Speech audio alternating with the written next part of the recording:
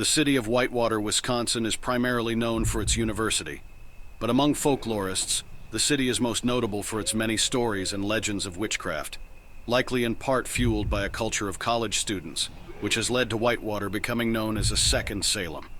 But beyond the folk tales of witch covens, secret tunnels, and evil books, lies the historical inspiration for these legends, a history that is even more fascinating than the legends it inspired. Most of the modern witch lore surrounding Whitewater concerns what is known as the Witch's Triangle, the space between three haunted cemeteries: Calvary Cemetery, Oak Grove Cemetery, and Hillside Cemetery, which together form an isosceles triangle. Inside the Witch's Triangle, paranormal activity is said to be more prevalent, and many other buildings relevant to Whitewater's witchcraft lore are found within the triangle. Of the three cemeteries, Oak Grove Cemetery is the least haunted. There are rumors of witch covens holding sacrifices within the cemetery back in the 1800s, but other than that, Oak Grove is unremarkable. Hillside Cemetery is supposedly the resting site of the axe murderess, Bloody Mary Worth, who haunts the cemetery as a ghost. This ghost is the same Bloody Mary that supposedly manifests if you say her name in a mirror a certain amount of times. Hillside is also the resting place of a man named Morris Pratt, who will become more relevant once we talk about the history behind the legends. Calvary Cemetery is said to be haunted by the ghosts of two poisoners, both of whom are buried there. The first, Nellie Horan, is said to have poisoned first her parents, then her sister, for inheritance money. Despite evidence of her purchasing strychnine, the same poison found to be responsible for the deaths, shortly before the deaths occurred, she was ultimately acquitted at her trial, jurors believing she was too kind to have committed murder. The second poisoner buried in Calvary was Myrtle Shawda, who is known as the Poison Widow, and who poisoned her husband to death so that she could date a college student. Within the Witch's Triangle is the Star and Park Water Tower, an old-fashioned, privately built water tower, which is known as the Witch's Tower. It is said that by night, witches hold meetings at the top of the tower in order to perform rituals and cast their spells. The city government, allegedly in an attempt to prevent college students from breaking into the tower to find the witches, eventually erected a spiked fence around the water tower. However, the spikes of the fence pointed inward, towards the tower, rather than outward, ultimately making it look like the city wasn't trying to keep people out, but was rather trying to keep something in. The tower isn't the only place reported as a site for witchy rituals. In 1992, a witness reported spying a night ritual of witches on the shores of Whitewater Lake, spotting a large tentacled object rising out of the lake in response to the witch's summons. Throughout the Witch's Triangle, there is also supposedly a network of tunnels running below the city, used by the witches to move place to place unseen by the public. This is one legend closely connected to the university campus, with a sorority in 1981 reporting they heard loud noises coming from their basement, only to find later that one of their basement walls had collapsed, opening up into the underground tunnel network. The other piece of Whitewater witch lore connected to the university is the tale of a killer book kept in Anderson Library. This book supposedly drove 3 students and a professor to suicide, and was deemed so dangerous that the staff of the library began keeping it in a locked cage. The library, for its part, denies these rumors, and insists that the only book that they keep locked in a cage is a perfectly ordinary Latin hymnal, and that no one has committed suicide in connection with this book. When asked why the library keeps an ordinary Latin hymnal locked in a cage, the library suspiciously states that they didn't have any other book storage available at the time they acquired the book. There seems to be a running theme in Whitewater, where the official responses to ludicrous stories of witchcraft raise more questions than the original stories themselves. But as interesting as all this Whitewater folklore is, the actual history behind the legends of Whitewater's witches is somehow even more fascinating. The story begins ultimately in Sweden, 1741, when a man named Emanuel Swedenborg would report having a series of dreams and visions beginning on the 6th of April during the Easter weekend. Swedenborg believed these dreams and visions to be divine revelation from God, and following the event believed he could travel throughout heaven and hell to converse with angels, demons, and spirits. Following his death, a new Christian denomination would be founded in 1787 based on his teachings, known as the New Church or Swedenborgianism. Swedenborgianism in turn inspired a new religious movement, beginning in Britain, known as Spiritualism. Spiritualism was strongly influenced by Swedenborg's communication with the spirit world, and was built around the idea that we can and should communicate with the spirits of the dead in order to gain a better understanding of our world and the hereafter. Spiritualism is also responsible for basically every trope regarding seances and psychic mediums that persist throughout our cultural stories today. Spiritualists would use a variety of methods to communicate with the spirit world, including spirits speaking through mediums, spirits speaking through those in a hypnotic state, spirit rappings, spirit boards, bibliomancy, and automatic writing.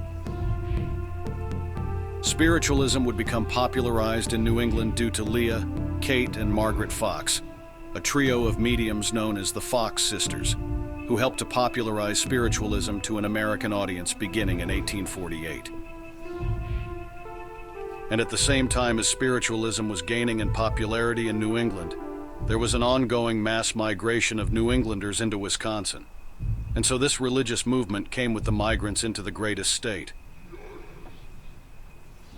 It is important to note that spiritualism was an umbrella term that encompassed a wide variety of beliefs, all mostly unified under the idea that communication with the spirit world was possible. Every spiritualist believed in an afterlife, and that we can communicate with those in that afterlife, but other beliefs varied from spiritualist to spiritualist. This diversity of beliefs within the movement can be seen most readily in how various spiritualists viewed Christianity. On one end of the spectrum, you had spiritualists like Warren Chase, who were explicitly anti-Christian and viewed spiritualism as proof of Christianity's falsehood. On the other hand, you had spiritualists like Nathaniel P. Talmage, who believed spiritualism was a proof of the truth of conventional Christianity. And then you had spiritualists who were in the middle, like Morris Pratt, who had a positive view of Jesus, but a negative view of the organized churches, or Mary Folsom-Hayes, who identified as a Christian but founded her own denomination and blended some of her own ideas into her theology. Each of these four Wisconsinite spiritualists had their own specific ideas on what spiritualism meant.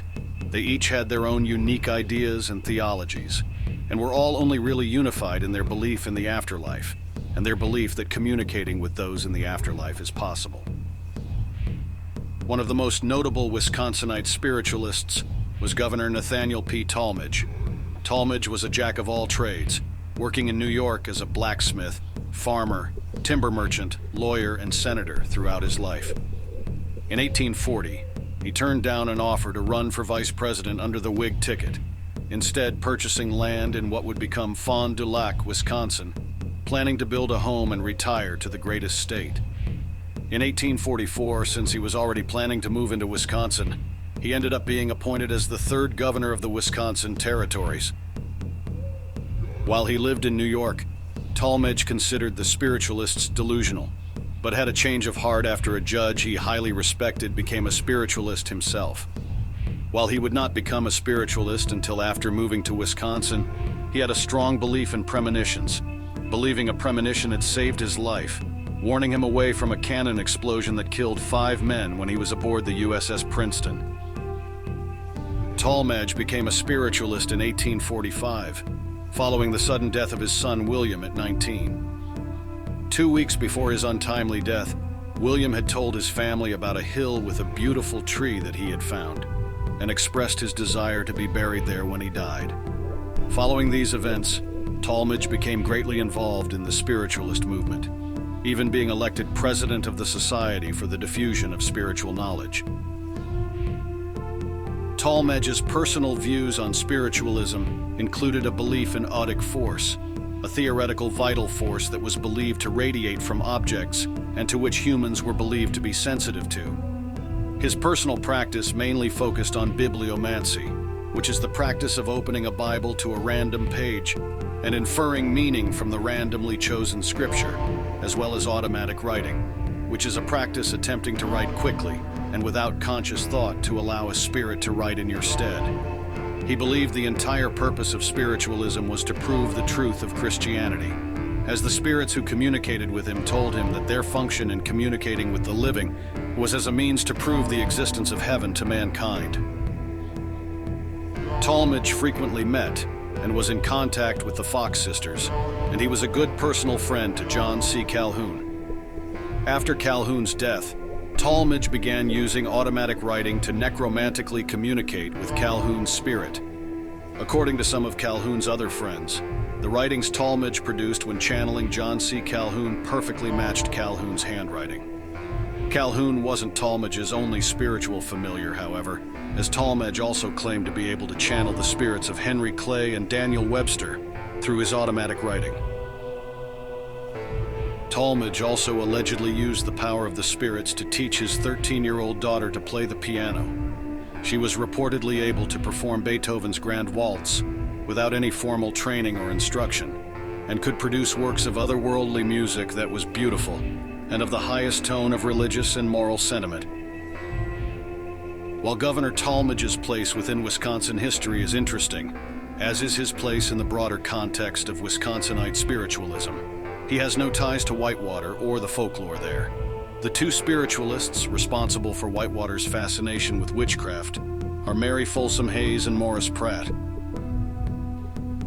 Mary Folsom-Hayes was a teacher from Waterloo, who in the spring of 1853, at the age of 27, suddenly began speaking in tongues. Folsom-Hayes said she had been overcome by something she called the force, or the power, and that a spirit had called on her to be a healer. This force allegedly gave Folsom-Hayes the ability to see through people's bodies and to identify the illnesses and ailments inside them, so as to provide proper guidance for healing. She could also speak in tongues, communicate with the spirit world, and perform acts of divination. She led a spirit circle and was the spiritual advisor of Senator William F. Villas and Wisconsin Supreme Court Justice William P. Lyon. She thought that most other psychic mediums were hacks and frauds, and thus refused to take any money for her services, apart from a brief period of time in which she accepted money in order to put her sons through college. Morris Pratt was a businessman who became an early and avid spiritualist in 1851. He frequented the spirit circles led by Mary Folsom-Hayes. Pratt believed spiritualism was the most scientific form of religion, with the various seance practices akin to scientific, testable experiments. In 1884, Pratt made an offhand comment that he thought there should be a school or university dedicated to the science of seance, and said that if he ever became rich, he would fund just such a thing. Folsom-Hayes, hearing Pratt's proclamation, asked him if he was serious and if he would promise to invest in spiritualist research if he ever became wealthy.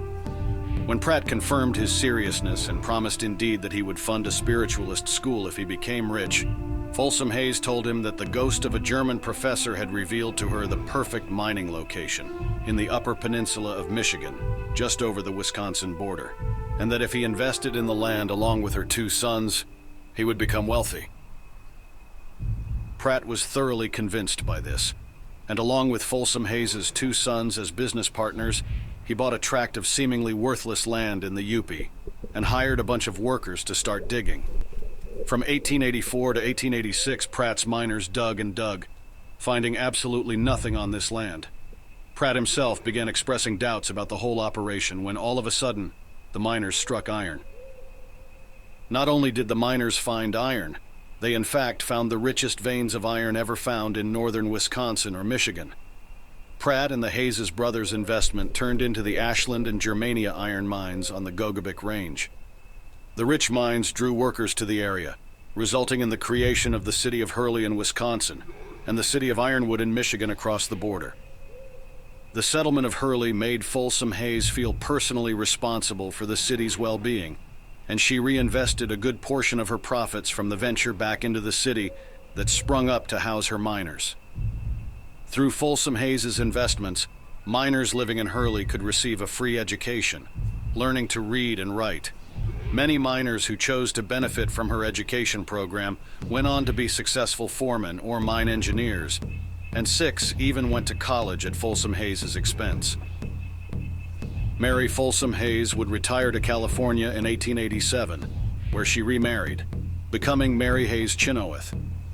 There she established her own church, the True Life Church, and she further edited and published a journal on religious and spiritual topics called True Life. Morris Pratt was true to his word, investing his profits into establishing a school to study seances and psychic phenomenon. This building was officially known as M. Pratt's Sanitarium and Hall of Psychic Science, which he also informally called his Temple of Science. This Temple of Science was established in 1889 in Whitewater, Wisconsin, near the center of what is now known as the Witch's Triangle.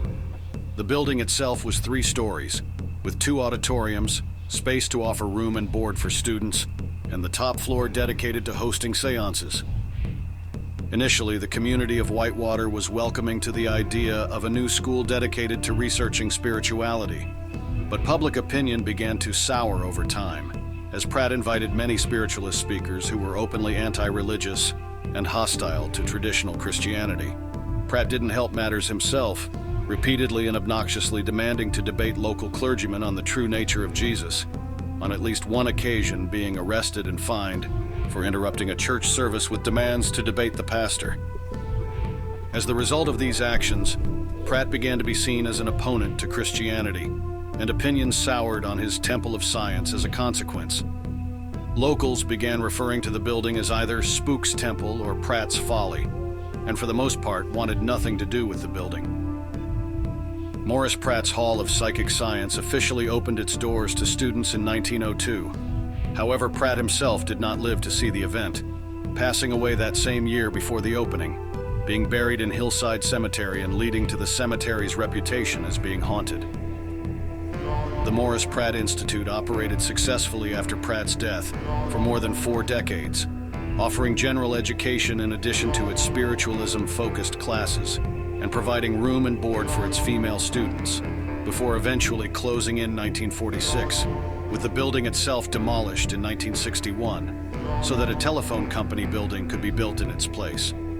The Morris Pratt Institute itself still operates today, having relocated and reopened in Wauwatosa, and offering certification for mediums, psychic healers, and ordained ministers within the Spiritualist Church. But despite their current location, they have left behind a legacy in Whitewater in the form of the folklore that Morris Pratt and his institute inspired. Over time, the tale of a blasphemous spiritualist building a temple so that he and his fellow spiritualists could better communicate with the dead evolved into a tale of secret witch covens operating under cover of darkness within haunted cemeteries. Pratt left a noticeable imprint on the region's folklore, leaving behind stories that continue to evolve and expand to this day.